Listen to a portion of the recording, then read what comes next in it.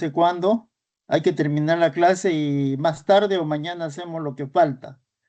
Aparte, si hay tiempo, quiero hacer una pequeñísima charla sobre la donación de sangre, pero ya veremos más adelante. Muy bien, vamos a tratar este tema. Realmente acá son dos clases, me han puesto en una hora dos clases. Vamos a tratar de resolver este asunto, ¿ok? Muy bien, vamos a ver pues enfermedades en general del aparato respiratorio. Cuando nosotros podemos hacer una clasificación, podemos poner en este gran grupo enfermedad pulmonar obstructiva crónica, lo que ustedes conocen como el EPOC, ¿no? Y como ejemplo de ello, digamos, vamos a relacionar al asma especialmente y el enfisema. Bueno, pero acá nosotros, miren ustedes, cuando nosotros hablamos de enfermedad pulmonar obstructiva crónica, nos referimos pues al grupo de enfermedades que tienen en común. ¿Qué tienen en común? Estrechez de la vía aérea por un lado, y por otro lado, el incremento del trabajo respiratorio, lógicamente consecuencia de lo anterior. Y podemos enumerar algunos factores predisponentes, por ejemplo, el tabaquismo.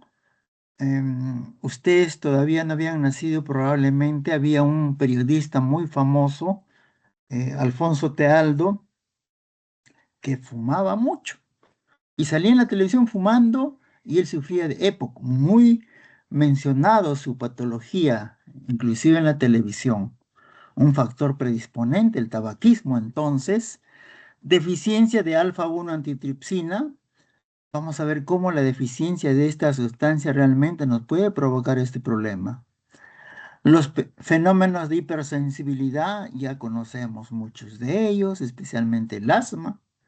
Infecciones diversas, ni qué decirlo, la bronquitis, etcétera, etcétera. Exposición a tóxicos ambientales, que estamos totalmente contaminados, todo el ambiente de nuestro país, en todo el Perú realmente, y acá en Lima con mayor razón. Bueno, la dieta puede ser, digamos, que también influya en la aparición de esta patología y los factores genéticos, la raza, ¿no? Podemos ver su predisposición más a determinadas razas, ¿no es cierto? Vamos a hablar dentro de ello, podemos poner un ejemplo, el asma, ¿no? Y cuando nosotros hablamos del asma, miren ustedes cómo ha cambiado tremendamente lo que antiguamente se creía. Sabemos pues que es una enfermedad inflamatoria crónica de vías aéreas, está activada por diferentes células o productos celulares, como vamos a ver más adelante. Pero miren ustedes, tiene las siguientes características. Por un lado, lógicamente, obstrucción de las vías aéreas, inflamación de grado variable de estas vías aéreas, que es lo más importante. Antiguamente no se tenía en consideración, pero hoy día se le da mucha importancia al proceso inflamatorio. Lógicamente, con ello podíamos tener un aumento en el grado de respuesta de estas vías aéreas a diferentes estímulos, conocido también como una hiperreactividad bronquial. Muy bien. Y si nosotros nos referimos algo de la fisiopatología, que ustedes ya lo conocen bastante, como decíamos anteriormente, se pensaba que había un aumento de la contractibilidad del músculo liso de estas vías aéreas. O sea, se mencionaba mucho que había un efecto broncoconstrictor. Y todos los tratamientos en aquel momento se hacían a base de broncodilatadores, ¿no es cierto? Ese era el motivo. Los últimos años contribuyen otros factores, por ejemplo, un aumento de la permeabilidad de capilares de esta mucosa bronquial, un edema de pared bronquial, una infiltración de células inflamatorias y finalmente un aumento en cantidad de secreciones bronquiales. Todo esto ustedes ya lo conocen, pues cuántas veces sus profesores de medicina le habrán comentado, le habrán hablado. Están muy expeditos en la materia. Y seguimos con la fisiopatología. Como dijimos, este es un proceso inflamatorio, responde pobre y lento a medicamentos broncodilatadores. Eso lo hemos comprobado, lógicamente. Último, la inflamación, como dijimos, es el principal componente de este proceso asmático. Entonces, el tratamiento está orientado a la utilización de antiinflamatorios, especialmente los esteroides, que ustedes ya lo conocen, que son bastante serios, ¿no?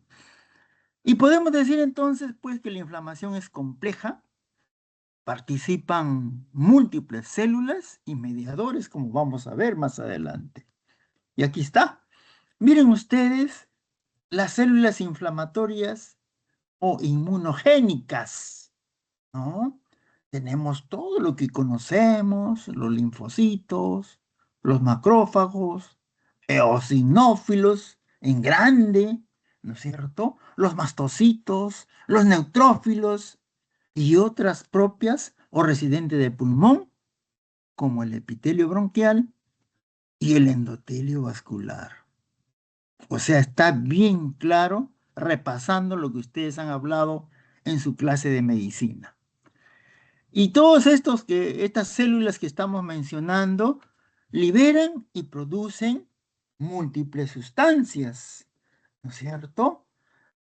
Estas sustancias llamadas también proinflamatorias, tenemos ahí las interleuquinas 2, 3, 4, 5, 6, 10, 12, 13, ¿no?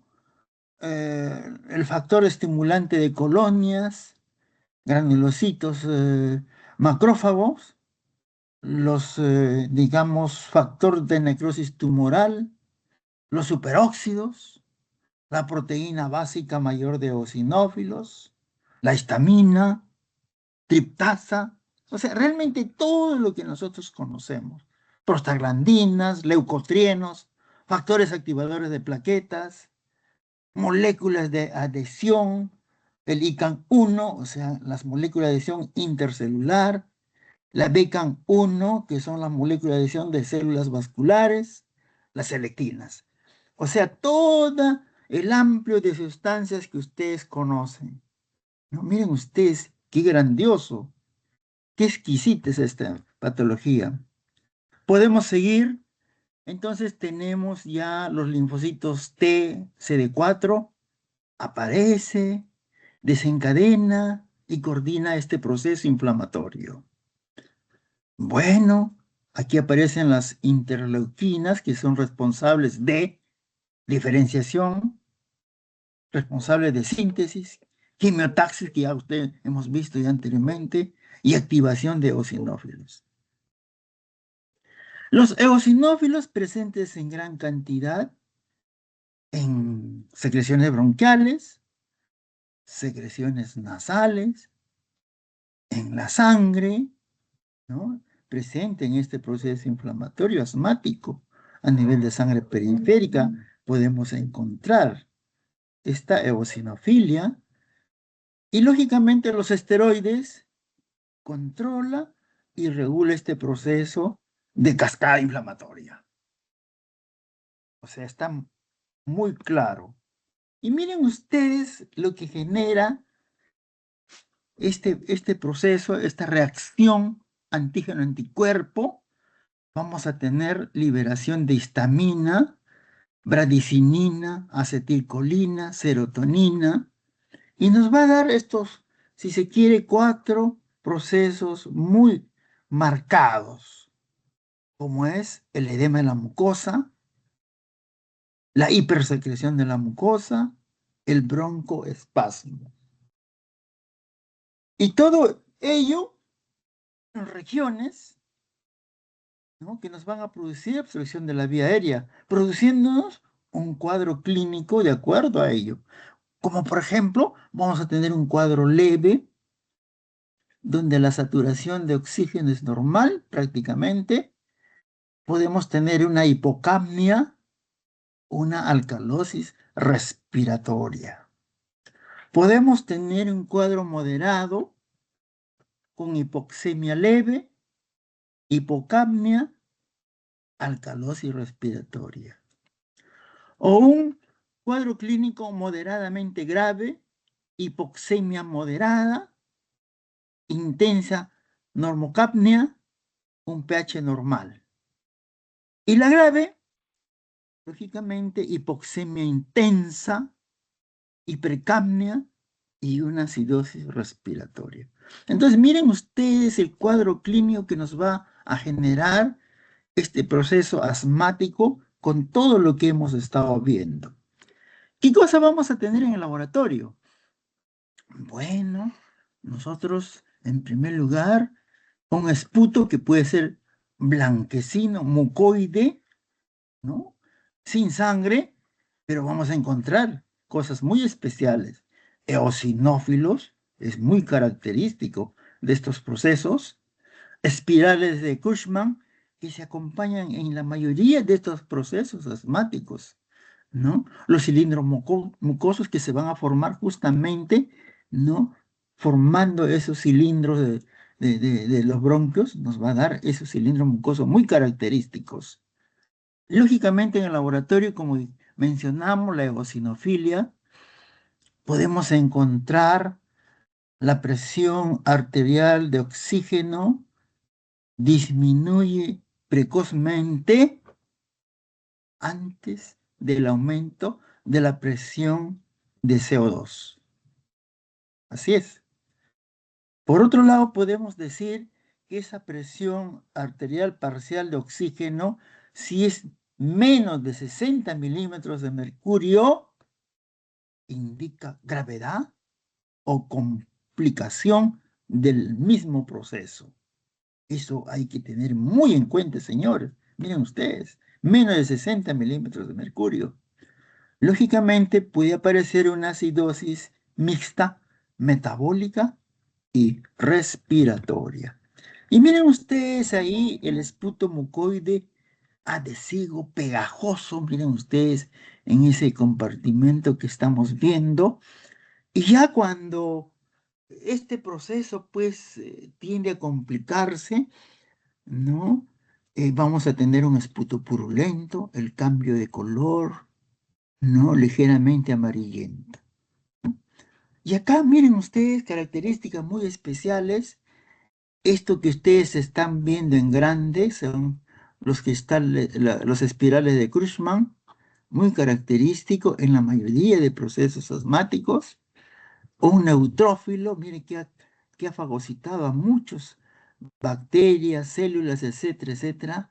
Y aquí estamos viendo estas formaciones fusiformes que son los eosinófilos deshidratados, que se llaman pues los cristales de Charcot-Leydig, ¿no? Otros neutrófilos, ¿no?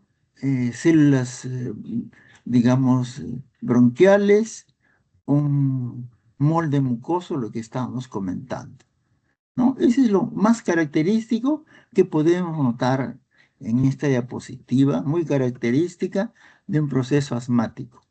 Muy bien, dentro de ello podemos hablar también del enfisema. Ya ustedes lo conocen, ¿qué cosa es un enfisema? ¿No? Realmente es un pulmón caracterizado por dilatación anormal, lógicamente permanente, de estos espacios aéreos distantes a los bronquios terminales. Así es, que generalmente está acompañado por destrucción de paredes alveolares.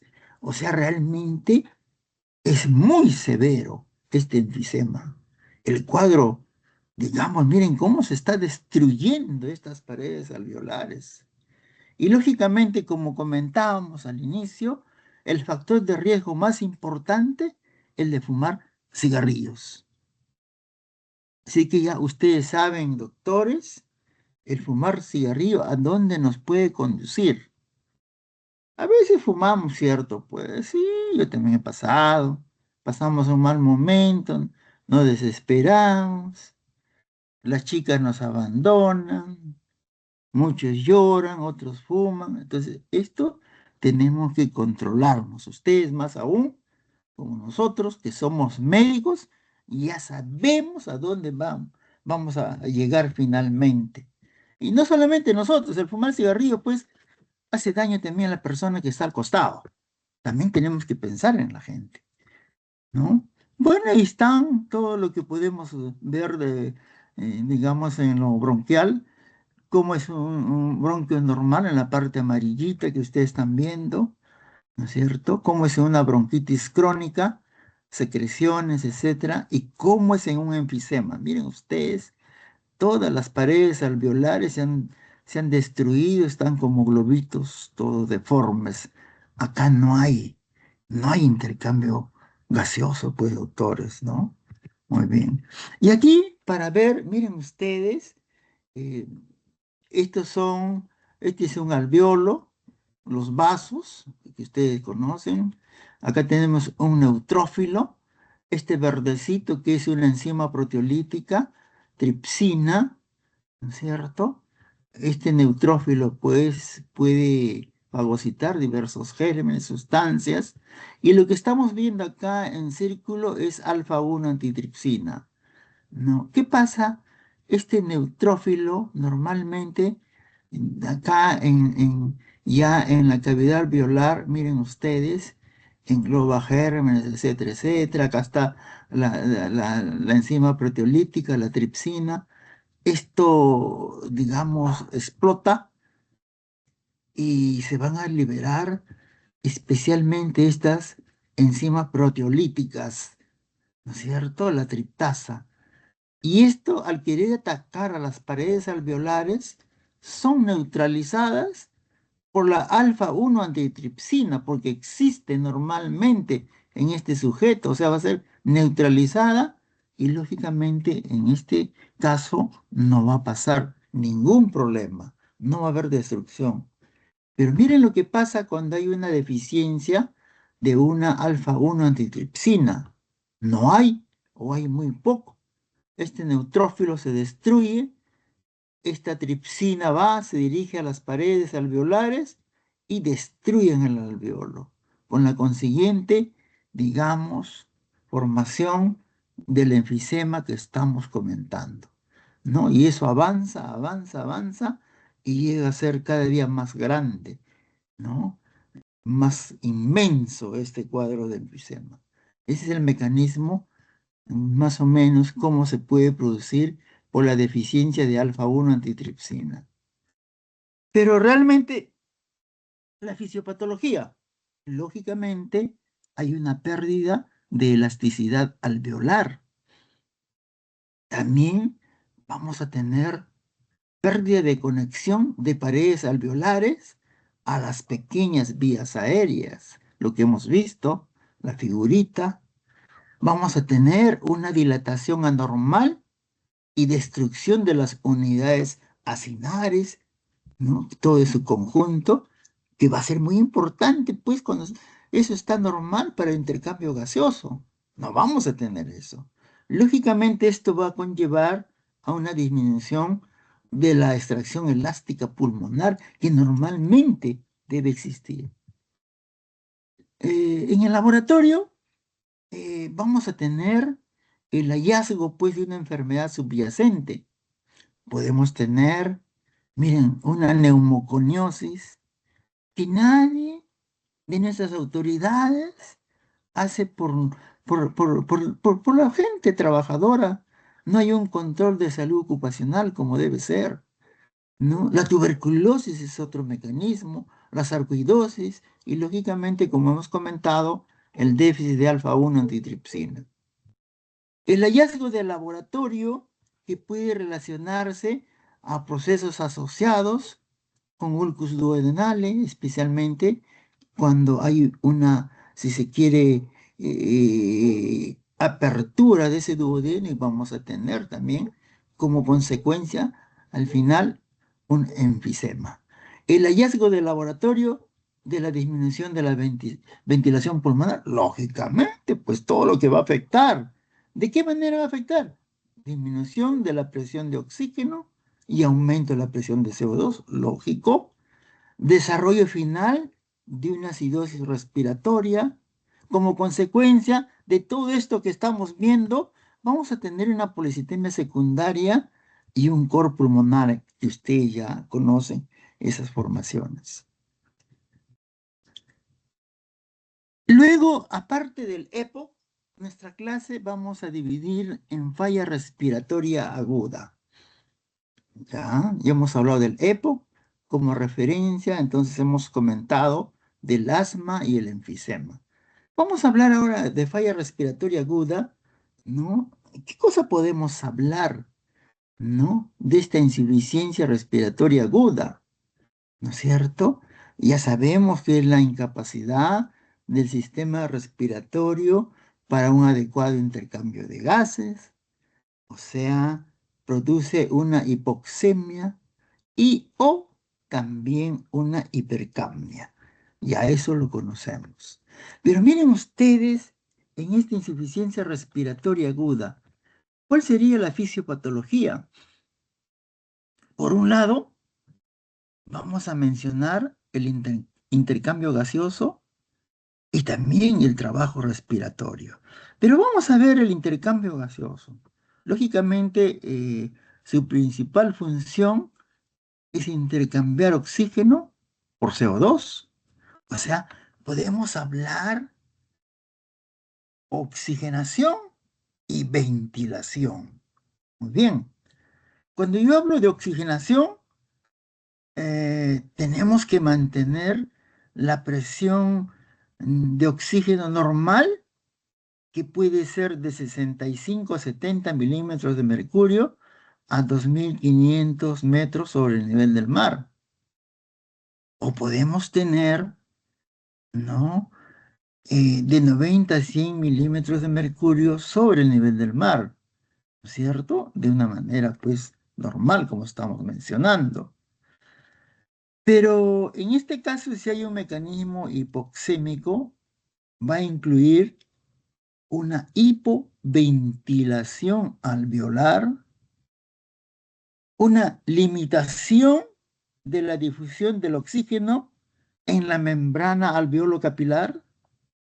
Podemos tener la presencia de un cortocircuito que se conoce como shunt, o también podemos tener la alteración en la ventilación, perfusión. O sea, está muy claro. Pero miren ustedes, esa es la oxigenación. Y la ventilación efectiva de la presión de CO2 normal de 28 a 32 milímetros de mercurio, 2.500 metros sobre el nivel del mar, y de 35 a 40 milímetros de mercurio sobre el nivel del mar. Entonces, es muy importante conocer la oxigenación, la ventilación, todo lo que se refiere al intercambio gaseoso. Ahora vamos a ver el trabajo respiratorio, que es la otra parte. Sabemos que todo ello se produce mediante movimientos de inspiración y expiración. Requiere fuerza que se oponga a la elasticidad pulmonar y a la resistencia al flujo del aire, que nosotros, ¿no es cierto?, respiramos. Esa elasticidad pulmonar es importante que nosotros tengamos, ¿no? Y en sujetos normales, ahora que ustedes están respirando espontáneamente, miren ustedes, ¿cuál será ese trabajo respiratorio? Es de 0.38 a 0.72 Joule por litro. Ese es el trabajo. Ahorita que ustedes están ahí escuchando, ese es el trabajo normal, espontáneo. Pero miren ustedes, pacientes con falla respiratoria y que estén peor con ventilador, esto lógicamente va a aumentar para compensar esta insuficiencia respiratoria. Aumenta a 1.39 a 1,62 Joule por litro.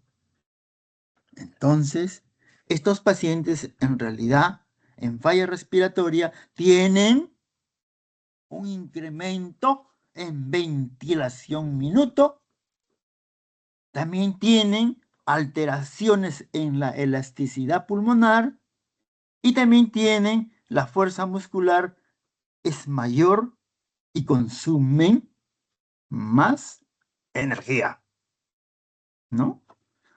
O sea, está claro. Podemos hablar de fallas respiratorias el tipo 1, por ejemplo, llamado hipoxémica. Esto podemos tener especialmente, afecta la vía aérea, afecta el parénquima y también puede afectar a la vasculatura pulmonar. ¿Y en qué patología podemos observar este tipo 1? Síndrome de estrés respiratorio del adulto. Vamos a ver, una patología tremendamente complicadísima.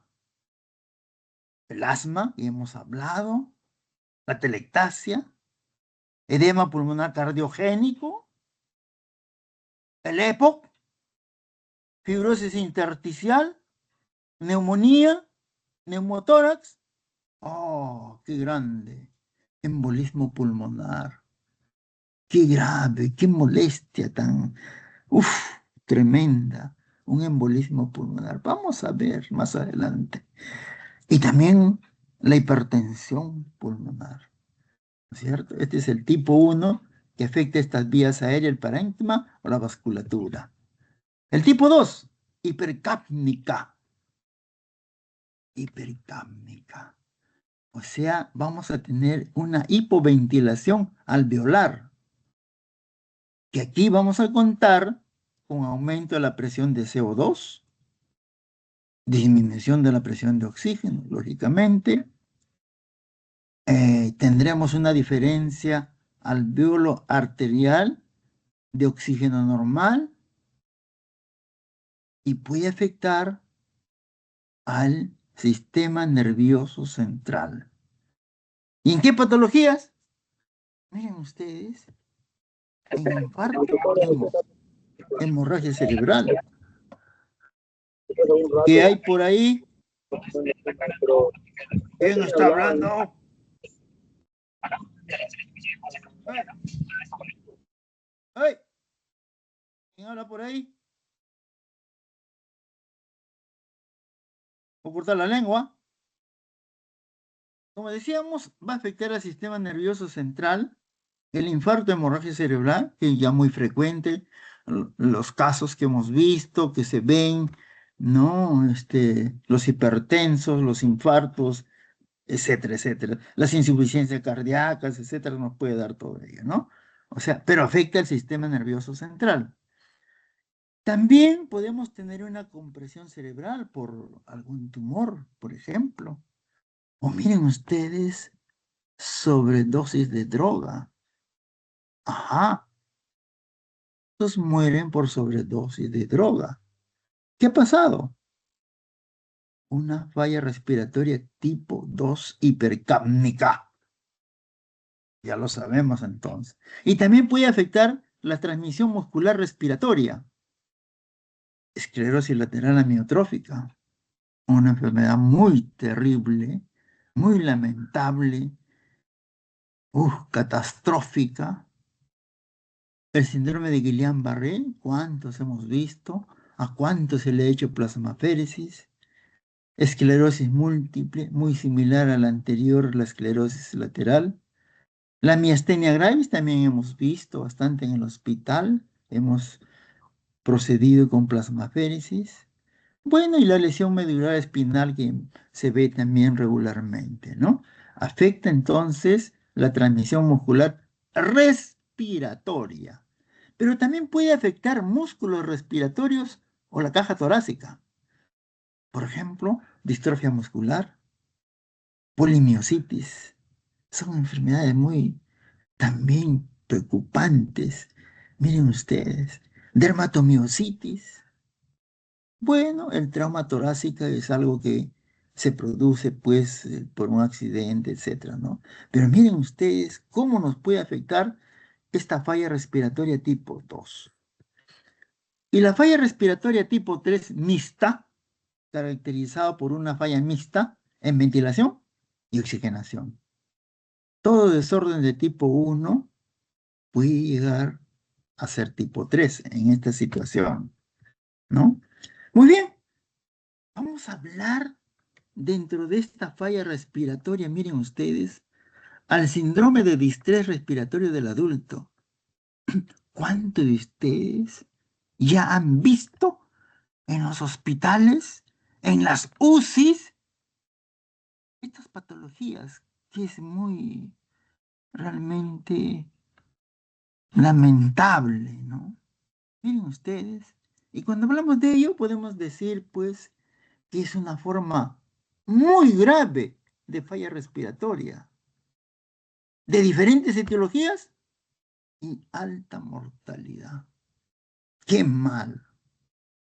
Está asociada generalmente a sepsis y también al síndrome de disfunción orgánica múltiple. Los que tienen falla orgánica múltiple, ¿no? Y generalmente por sepsis. Una vasculitis complicada que no sale, por ejemplo. Qué lamentables son estos pacientes.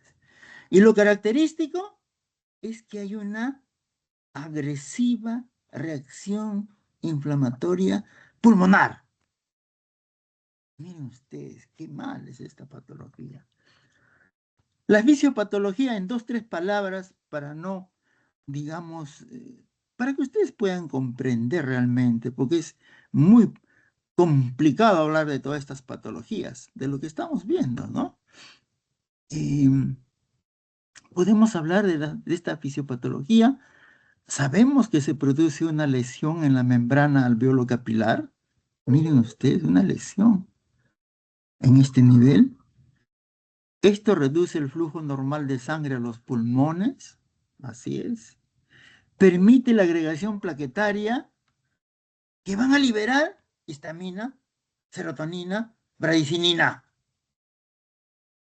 Y todo ello inflama y lesiona la membrana alveolo-capilar, lo que ya comentamos al inicio de acá.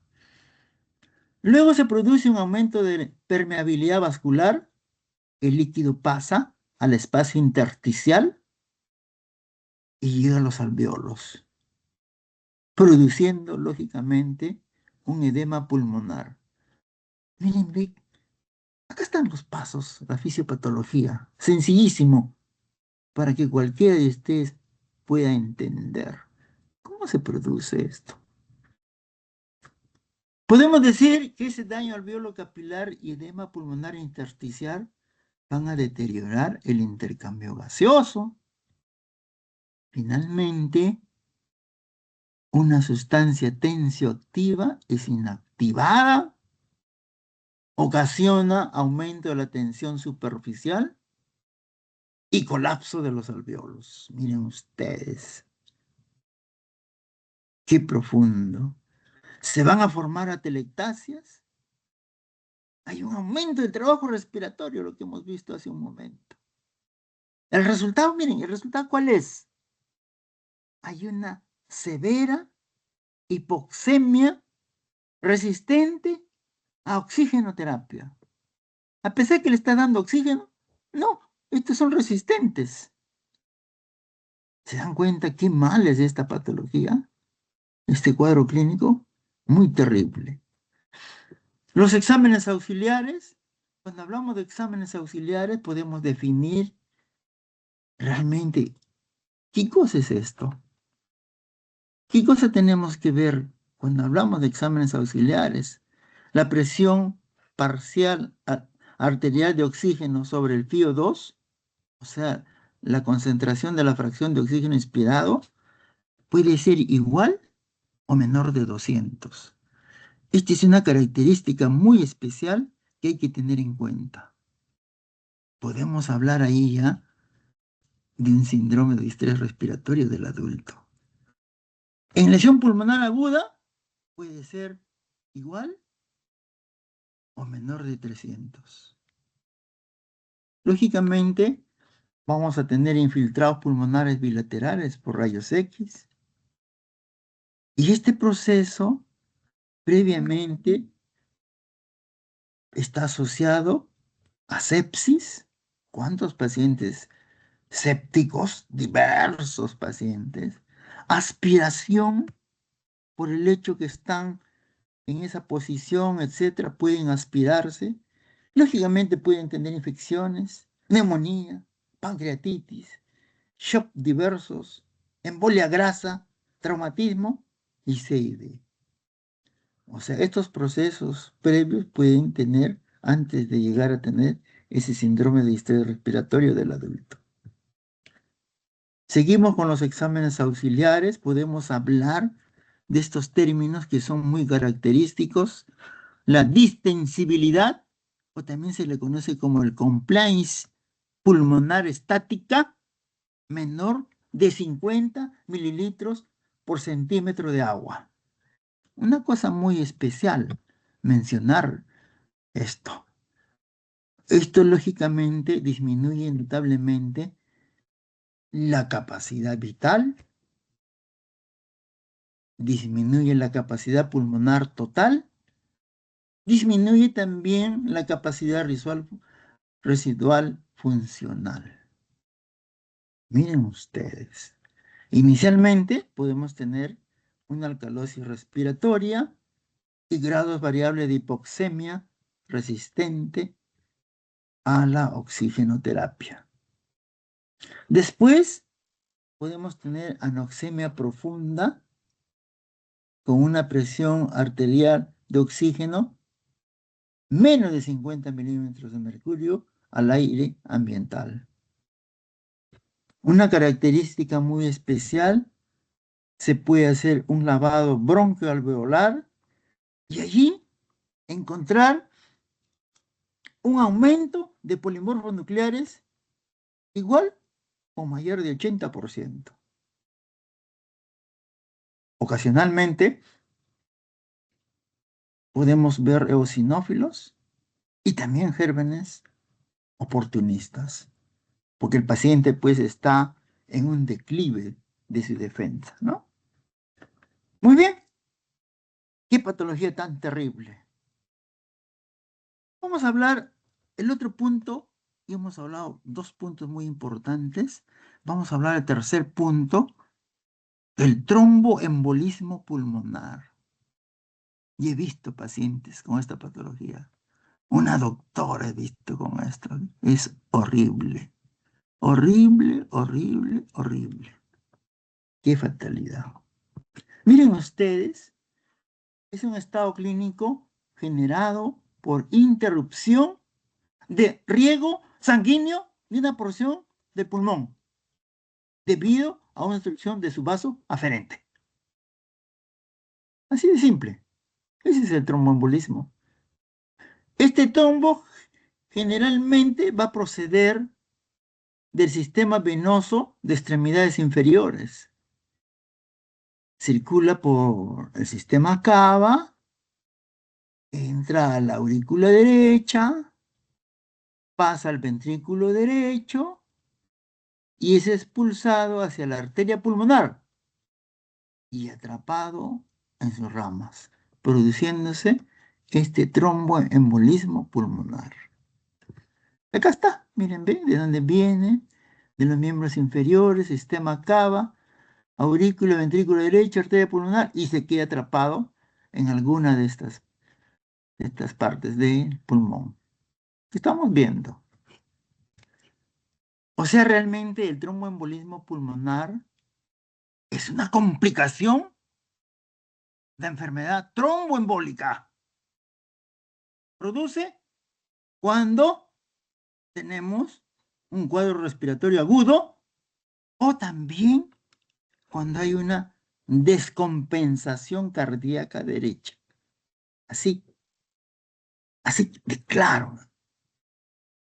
Esto lógicamente nos va a llevar a graves repercusiones hemodinámicas. Es muy desesperante Si aún uno de nosotros fuera médico, saber que esto tiene, es muy desesperante. Yo lo sentía en esta doctora su desesperación, qué horrible. Los émbolos no trombóticos podemos tener como, por ejemplo, grasa, aire, hay grasa, esas personas que se hacen, pues, liposucción, es muy frecuente tener émbolos no trombóticos de grasa. ¿Ah? De aire a veces se usa aparatos con conexiones y eso se pueden, digamos, desprender y podemos tener un trombo no embólico como aire. Líquido amniótico, como todo lo anterior, son realmente un poco más raros, ¿no? Factores que favorecen los trombos venosos. Vamos a ver. Miren ustedes, ¿qué favorece los trombos venosos? La éstasis sanguínea, alteración del sistema de la coagulación, anomalías de la pared de los vasos. Vamos a ver. Éstasis venosa, miren ustedes, ahí estamos viendo un paciente en reposo, en cama prolongado. Me cuentan mis antepasados, cuando un paciente se operaba, por ejemplo, de la apendicitis, estaba 15 días en cama. Miren ustedes. ¿Ah? Como hoy en día, paciente de trasplante de hígado, que yo estaba ahí, se operaron en la mañana, llegó al mediodía a recuperación, en la tarde ya están sentados. Y a veces ya, digamos, sin oxígenos. O sea, hoy en día es la cosa así rápida.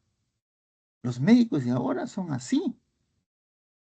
A veces son ya muy estrictos, muy rápidos. Pero es mejor estar así, no estar en cama prolongada. Mire todo lo que puede provocar. O cuando nosotros viajamos, viajes largos, de aquí a Madrid, son 18 horas. Tienen que levantarse, aunque disimular que vas al baño, no sé, pero tienes que levantarte. ¿Ah? O cuando hay falla cardíaca, los pacientes hipertensos, los pacientes con insuficiencias cardíacas, podemos también tener estos problemas. O también las alteraciones locales, como las varices, las flebitis, ¿no? Relacionado entonces estos cuadros a éstasis venosa. O alteraciones de la coagulación, ya sabemos, los contraceptivos orales que pueden provocar. La policitemia por la densidad de la sangre es otro, digamos, factor que nos pueden provocar ello. O los mielomas múltiples, o la enfermedad de Wallenstrom, ¿no? Síndrome de hiperviscosidad sérica, nos pueden dar estos problemas. Bueno, algunos traumatismos, las fracturas, ¿no? Como lo que estamos observando, lesiones de tejido blando, estando cerca a los vasos, nos pueden dar todos estos problemas. El posoperatorio o posparto, operaciones de cadera, que son bastante traumáticas las operaciones de cadera, operaciones pélvicas o abdominales extensas, o también la mujer que da de lactar a su niño, hay una patología que se puede presentar como se llama la pierna lechosa. Entonces, todos estos tromboembolismos nos pueden dar estados de hipercoagulabilidad primarios o también llamados hereditarios. Y aquí básicamente vamos a tener déficit de antitrombina 3, déficit de proteína C y déficit de proteína S, ¿no? Esto nos va a producir estos estados, como hemos mencionado, ¿sí? Pero también vamos a tener la presencia del factor anticoagulante lúpico. Podemos tener títulos elevados de anticuerpos anticardiolipina. Podemos tener un defecto en la liberación del activador del plasminógeno hístico, un defecto en la liberación de este activador, un defecto. O podemos tener una excesiva liberación de inhibidor de este plasminógeno hístico. Todos ellos nos pueden dar estados de hipercoagulabilidad primarios. Y los estados de hipercoagulabilidad secundarios o adquiridos, miren ustedes, en pacientes de edad avanzada, ¿cierto? Esos pacientitos que ya se movilizan muy poco, es importante esa movilización de esas personas de la tercera edad que llamamos. La inmovilización posoperatoria, ya hemos comentado ya, miren ustedes, la obesidad misma que nos puede conllevar alteraciones de la coagulación secundarias a cáncer, de la doctora que le estoy mencionando, relacionada a un cáncer. Miren ustedes, alteración secundaria a cáncer. Bueno, al embarazo, aunque ya será, pues, termina el embarazo y ya no hay. A contraceptivos orales, síndrome nefrótico, ¿no? Otra posibilidad, miren, inserción del catéter venoso central permanente. Y si tiene su tiempo de acuerdo a la indicación de su origen de estos catéteres, generalmente 10 días, 15 días, pueden tener o menos este catéter venoso central, si no pueden provocar todos estos problemas.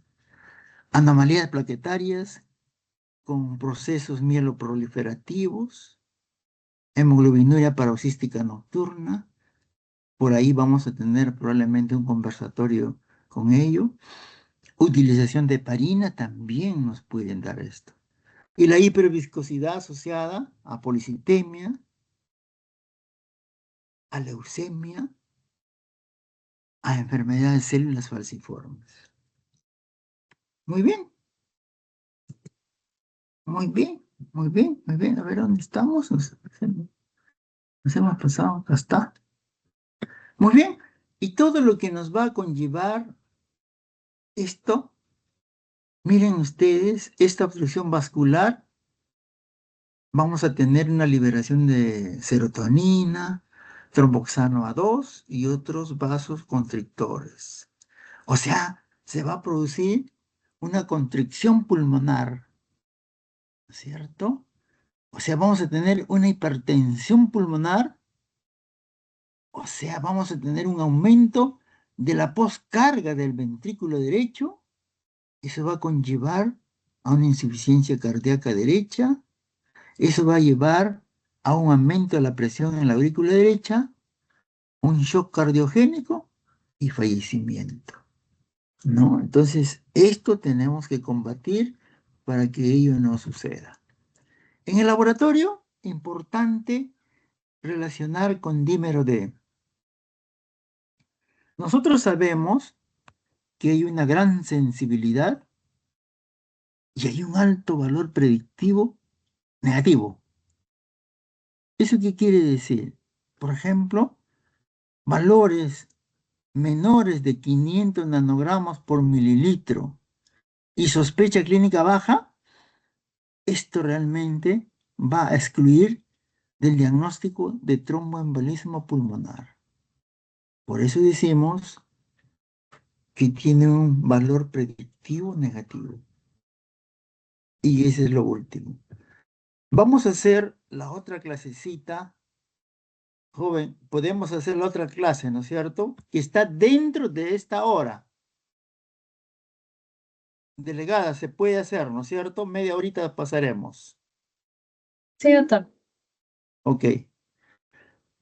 Así me gusta, que sean optimistas ustedes. Muy bien. Vamos a hablar rápidamente, ¿no? Especialmente ya de enfermedades infecciosas de este aparato respiratorio, ¿no es cierto? Ya la mayoría de ustedes lo conocen, o sea, voy a pasar muy rápidamente, ¿no? Vamos a hablar de las infecciones virales, ¿no? Ya sabemos que son procesos virales más frecuentes y menos prevenibles. Lo que estamos pasando en este momento por el clima, ¿no? De todas estas enfermedades infecciosas. La gravedad, desde un autolimitado resfrío hasta las neumonías mortales, ¿no? Las infecciones virales realmente se van a constituir, lesionan el epitelio bronquial, obstruyen la vía aérea, da lugar a una sobreinfección por bacterias como neumococo, estafilococos y hemófilos. O sea, primero hay un proceso viral y luego hay una sobreinfección bacteriana, ¿no? Entonces, hay mucha gente que se ha iniciado un proceso viral. Hoy día empezó en la mañana y ahorita en la tarde ya le están poniendo antibióticos. Eso no es así, ¿no? Primero tiene que pasar ese proceso viral, de repente eso rápido se soluciona, con sintomáticos, etcétera, ¿no? Entonces, no hay que abusar de los antibióticos. Ya sabemos las consecuencias, especialmente la resistencia que nos pueden dar los antibióticos. Hay que tener mucho cuidado. Podemos seguir comentando entre los virus capaces de producir infecciones de vías respiratorias altas. Tenemos pues qué lugares: rinitis, sinusitis, otitis media, faringitis, amigdalitis, infecciones bajas, laringotraqueobronquitis, bronquiolitis, neumonía intersticial, pleuritis. Pero entre estos virus capaces de producir, los más importantes son los rinovirus y los virus de la gripe. Así es. Entonces vamos a ver ellos. Los rinovirus causan más de 50% de resfriado común. Son miembros de la familia picornavirus, que son ARN pequeños. Tiene un genoma ARN monocateriano. Está rodeado por cápside icosaédrica no encapsulada. Está compuesto de 4 proteínas cuya antigenicidad varía. Y miren ustedes, se conocen más de 100 serotipos de estos rinovirus. Ah, muy bien. Podemos seguir hablando de estos rinovirus. El receptor es un ICAN1 o el CD54. Los rinovirus afectan seres humanos, primates superiores, que poseen ICAN1 en sus células epiteliales. La infección se limita a vías respiratorias altas, crecen a 33 a 35 grados centígrados. La lesión a células epiteliales es leve. Los mediadores de inflamación, la bradicinina, es lo que va a originar la secreción mucosa, ¿no? Los rinovirus inducen la aparición de anticuerpos IgG o también IgA cero específicos, que justamente estos pueden prevenir la reinfección, pero no por otros serotipos. ¿Ok? Muy bien. Y el otro, el virus de la gripe. Son más grandes, más complejos que los anteriores, que los rinovirus. El genoma está compuesto, miren, ya diferente, 8 hélices de ARN monocateriano. Cada uno contiene su único gen y unidades por nucleoproteínas A, B o C. La superficie esférica es bicapa lipídica, contiene hemaglutinina, neuraminidasa, virales, como es el H1, H3, N1 o N2. Hay 3 cepas diferentes responsables de epidemias. Ajá, hay el subtipo A, que puede ser H1, N1, o puede ser el subtipo A, H3, N2. Y el subtipo B, que también está considerado dentro de las epidemias. El tipo C no causa epidemia, pero sí infecciones, lógicamente. Muy bien. El virus de la gripe, hemaglutinina, es de forma alargada, ¿no? Se une a lípidos y proteínas que contienen ácido sálico en el huésped. ocasiona penetración del virus en el endosoma. El endosoma se une con lisosoma y se acidifica, ¿no? La hemaglutinina también sufre modificaciones dependiendo del pH. Activa como mediador en fusión con membrana, esto en la célula huésped, y también la inyección del virus en el citosol, ¿no? Es una estructura de las células, ¿no?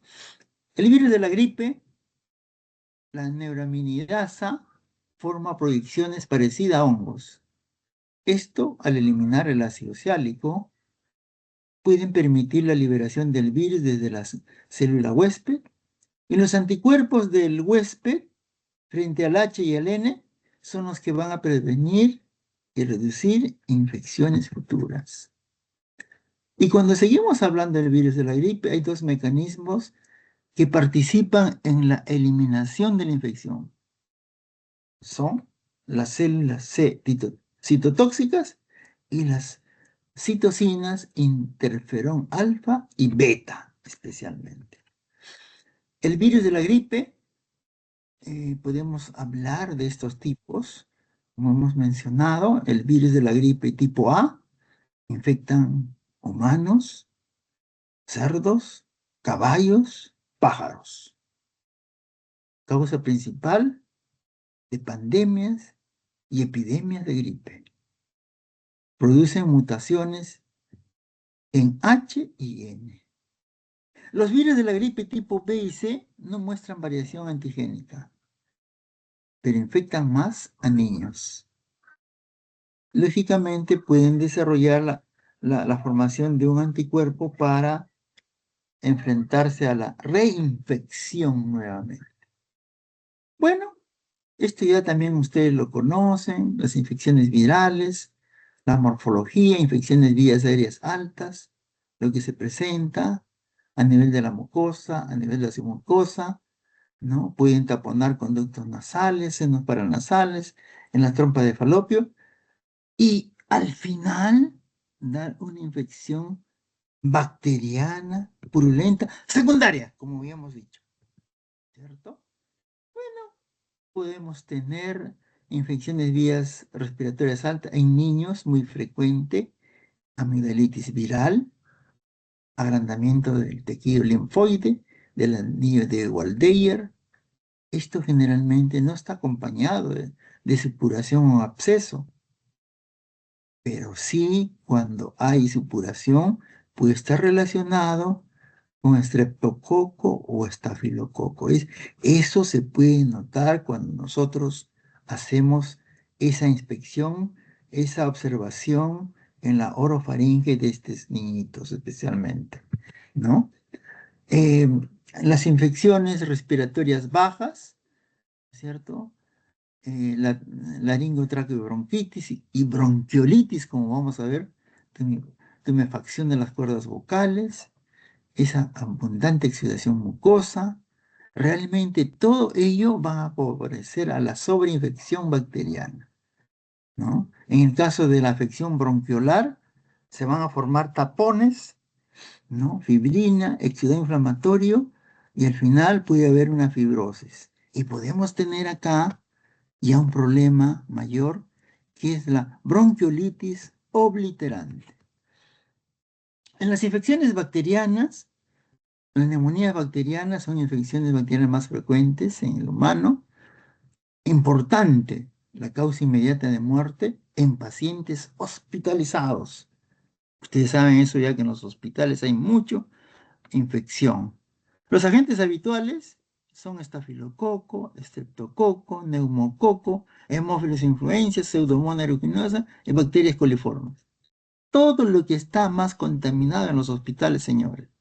Por eso que nosotros, cuando hay un paciente que ya está mejor, es mejor que se vayan a su casa, si no pueden adquirir una infección más, ¿no? A veces los familiares no entienden, ¿no? Entonces, hay muchos pacientes que se han quedado, pues, y se han ido al cielo, ¿no? Porque no han hecho caso. Tienen que hacer lo que su médico le dice. Ustedes también tienen que ser así fuertes. En el seguro, por ejemplo, tenemos el hospital que está por ATE más arriba, son hospitales que justamente están para ello, ¿no? Pacientes que ya no tienen que hacer nada en la Almenara, por ejemplo, en otros centros, los llevan para allá para que se siga su restablecimiento, ¿no? Es una buena opción, fuera del hospital, fuera donde está todo contaminado. El hemófilos influenza es un gran negativo pleomorfo, principal causa la infección de vías respiratorias bajas, meningitis aguda, puede ser mortal en niños. Y hay que tener mucho cuidado, señores, este hemófilos influenza. Normalmente es un colonizador ubicuo de la faringe, puede ser encapsulado 5% y no encapsulado en el 95%. Este hemófilos, hay una variedad encapsulada, como dijimos, domina sobre el no encapsulado por una secreción de un anticuerpo hemocina. Existen 6 serotipos encapsulados de la A a la F, pero el tipo B, con cápsula de polirribosa fosfato, es la causa más frecuente de enfermedad invasora grave. Tenemos que cuidarnos de este tipo B. La no encapsulada puede dar otitis media, sinusitis, inclusive bronconeumonía. Este hemófilos influenza facilita adherencias al epitelio respiratorio, fibrillas y otras adhesivas. Este hemófilos influenza secreta un factor que desorganiza el movimiento ciliar, miren, desorganiza, y una protasa que degrada a la IgA. La supervivencia en el torrente circulatorio por presencia de cápsula. Esto nos puede prevenir la opsonización por complemento y también previene la fagocitosis por esta célula huésped, ¿no? Y ahí estamos viendo, miren ustedes, un poquito difícil de observar los hemófilos influenza, ¿no? El resfriado común. En Estados Unidos hay 1.000 millones de resfríos al año, miren ustedes, causado por más de 200 virus diferentes. En niños, la mayoría son rinovirus. En adulto, lo más frecuente son coronavirus. Y hemos pasado nosotros por ellos, ¿no? Hay más de 30 cepas. 3 a 4 afectan a los humanos. Otros virus podemos mencionar para influenza, adenovirus, enterovirus. Y miren ustedes, el virus sincitial respiratorio que hay que tener en cuenta, con mucho cuidado, ¿no? Ahí están los coronavirus, lo que nos ha afectado a nosotros, ¿no? A manera de corona, ¿no? O sea, nosotros de más antes hemos estudiado ya lo que nos ha dado, ¿no? Diferencias entre resfriado común y gripe. El resfrío es un rinovirus. La gripe, virus de la influenza. Pregunta de examen. El resfrío rinovirus, relativamente inofensiva. El otro puede ser inofensiva, puede. El rinovirus puede curarse por sí sola. Puede producir infección secundaria a los oídos. Pero el virus de la influenza puede derivar a neumonía y muerte. O sea, realmente el virus de la influenza es el más sinvergüenza, como su nombre lo dice, ¿no? Muy bien. Podemos hablar de faringitis, amigdalitis, y esto también ustedes con mayor razón, miren, tenemos que distinguir una infección viral de amigdalitis estreptocócica. Ya hemos dicho ya algo, que los que son estreptococo especialmente vamos a tener secreciones. Las virales generalmente hay una tumefacción para poder diferenciar entre viral y lo otro. Importante si la infección es por estreptococo beta hemolítico de grupo A. Eso tenemos que investigar, señores, y no lo hacemos. Cuando yo era estudiante, había un programa de fiebre reumática en el Hospital del Niño Antiguo. Me acuerdo un doctor Mispireta, famosísimo en Villarreal. Nos enseñaba la prevención de fiebre reumática y todo lo que puede provocar este germen. Ahora nadie investiga, nadie hace. Pregunten a sus profesores, pues, ¿qué cosas están haciendo con esto? ¿Cuántos pacientes aparecen con problemas valvulares cuando tienen bebé? Recién ahí se dan cuenta que tiene una valvulopatía, producto de esto, especialmente en las damas. Eso hay que evitar que suceda. Para eso hay que investigar. Todo paciente que viene a la consulta médica por un problema orofaringe, hay que investigar a estos señores. Eso es importante, por favor. No hagamos que aparezcan más. Pues hay que hacer un poco de medicina preventiva. Todos los problemas que dan, ¿no? Entonces, estos pacientes deben recibir tratamiento antibiótico, especialmente para evitar complicaciones. Tenemos que hacer un exudado faríngeo, podemos hacer una prueba rápida, un cultivo y el dosaje de antiestreptolicina O. Eso tenemos que hacer y controlarlos. ¿Ah? Quiero que esté en casa, por favor. Siquiera eso debemos hacer, ¿no? Y ese problema amigdaliano, ¿no? Si está rojito, es proceso viral, ¿no? Si hay secreción, ya es estreptocócico otro, ¿no? La epiglotitis, esto también hay que tener mucho en cuenta.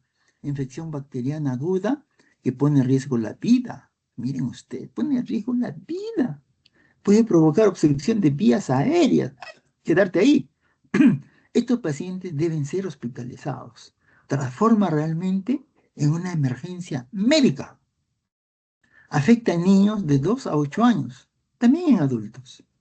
Este hemófilos influencia tipo B puede ser causante de mayormente el 90% de los casos. Otras bacterias, ¿no? Puede ser el neumococo y otro tipo de influencia, ¿no? El frutis y cultivos es muy importante para encontrar el agente causal. El hemocultivo también y la vacuna de este hemófilos tipo B es importante. Tenemos que hacerlo. Miren ustedes cómo esta epiglotis se agranda, se pone para adentro y cierra el pasaje de aire y se pueden morir inmediatamente.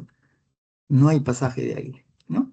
Y todo lo que ocurre en un paciente inestable y estable, lógicamente lo más peligroso es el paciente inestable, puede haber parada respiratoria, distrés respiratoria, hipoxemia, afectación de la conciencia, podemos hacer una ventilación con ambú, intubación endotraqueal, miren, es importante, ¿no? Y todo esto podemos hacer una intubación también en quirófano y ingreso a cuidados intensivos.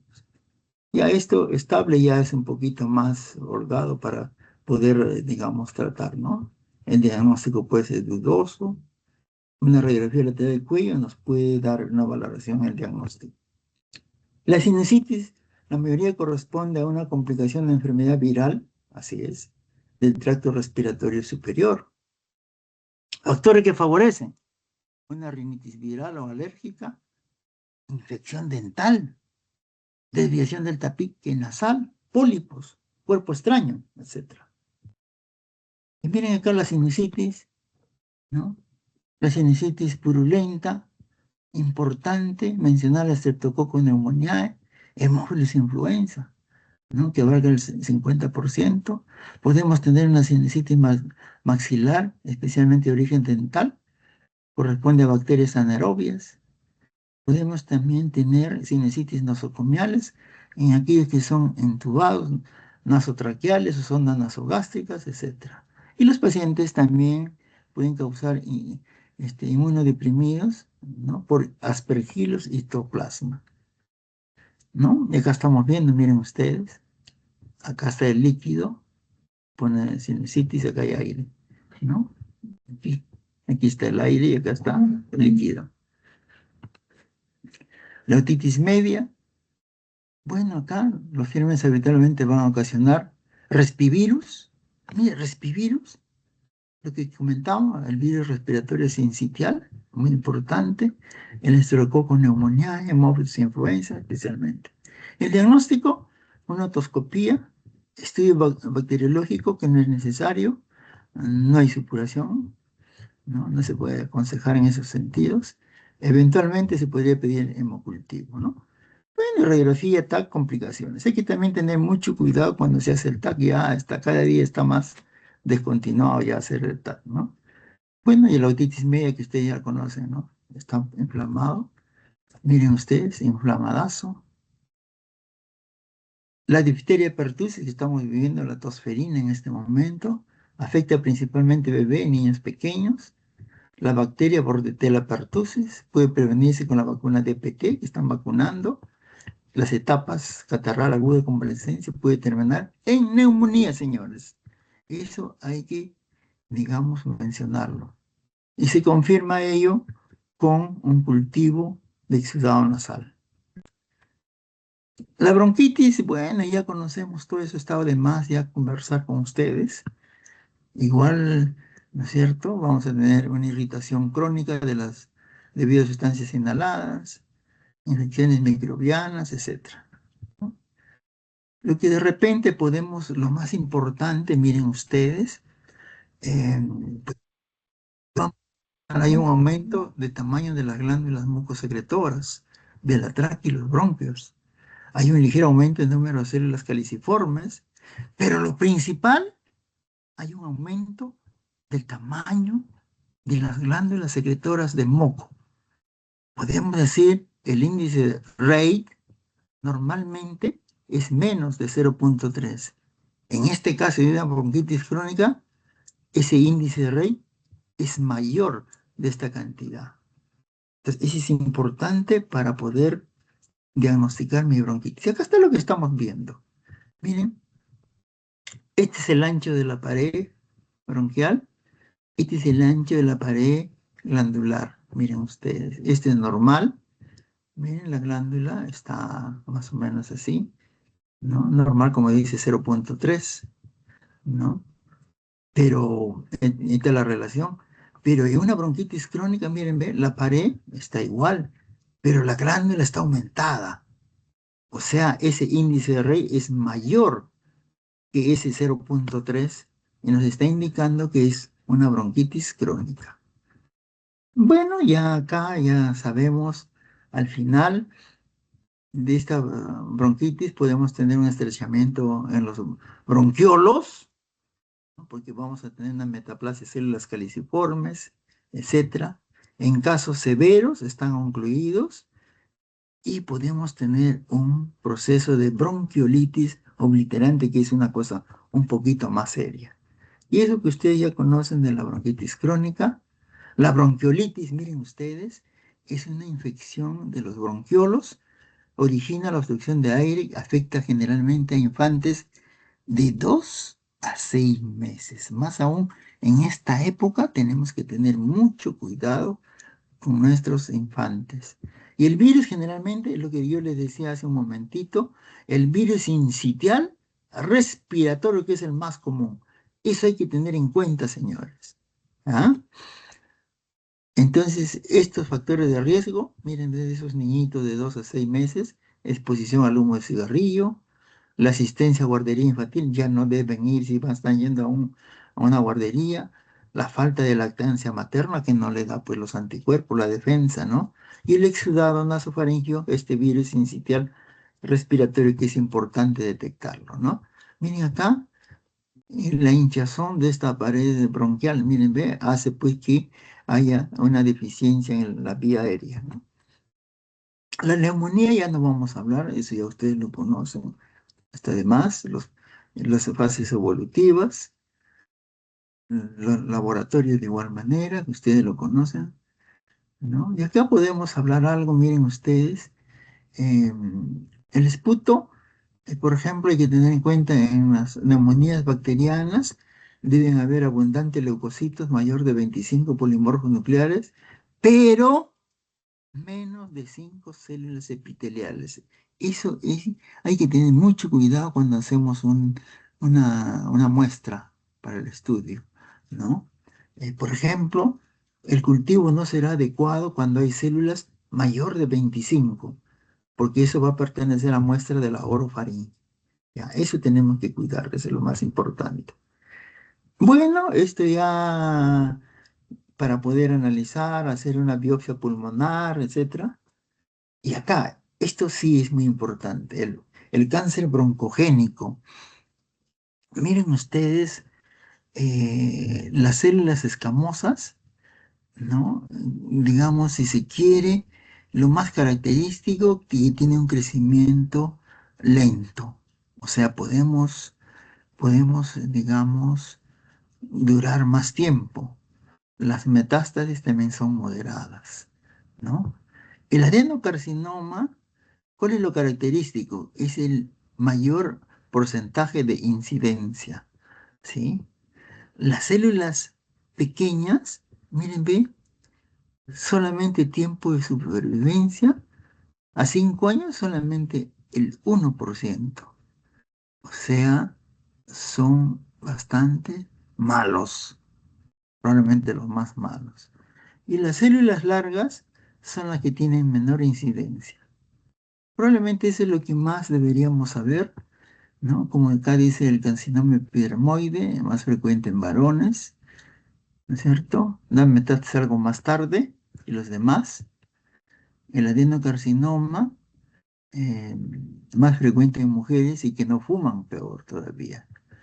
Las células pequeñas, sumamente maligno, da mucha metástasis. Hay que cuidarnos de estas células malignas.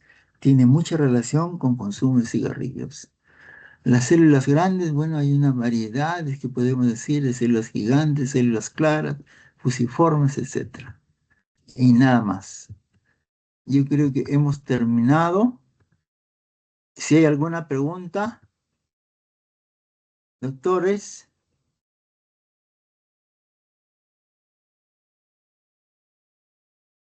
delegada, se quedó dormida. No, doctor. Eh, ¿Preguntas?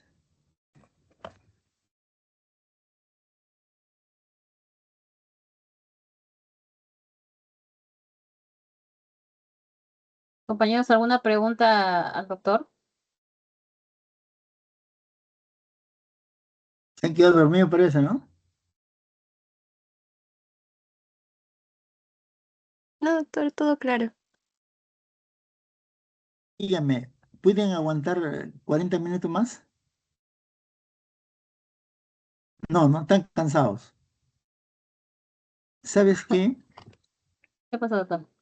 Lo que le comento, hemos acabado, miren, hemos acabado la clase anterior, que fatalmente en el sílabus está 1 hora. Eso no se puede hacer en 1 hora, señores. Son 2 clases. Yo no sé por qué me ponen así. Bueno, pero hemos cumplido. Esto es todo de la clase. Está pendiente. Yo lo que quisiera darles es una clasecita chiquita de donación de sangre, porque ustedes saben que vamos a tener una campaña el 19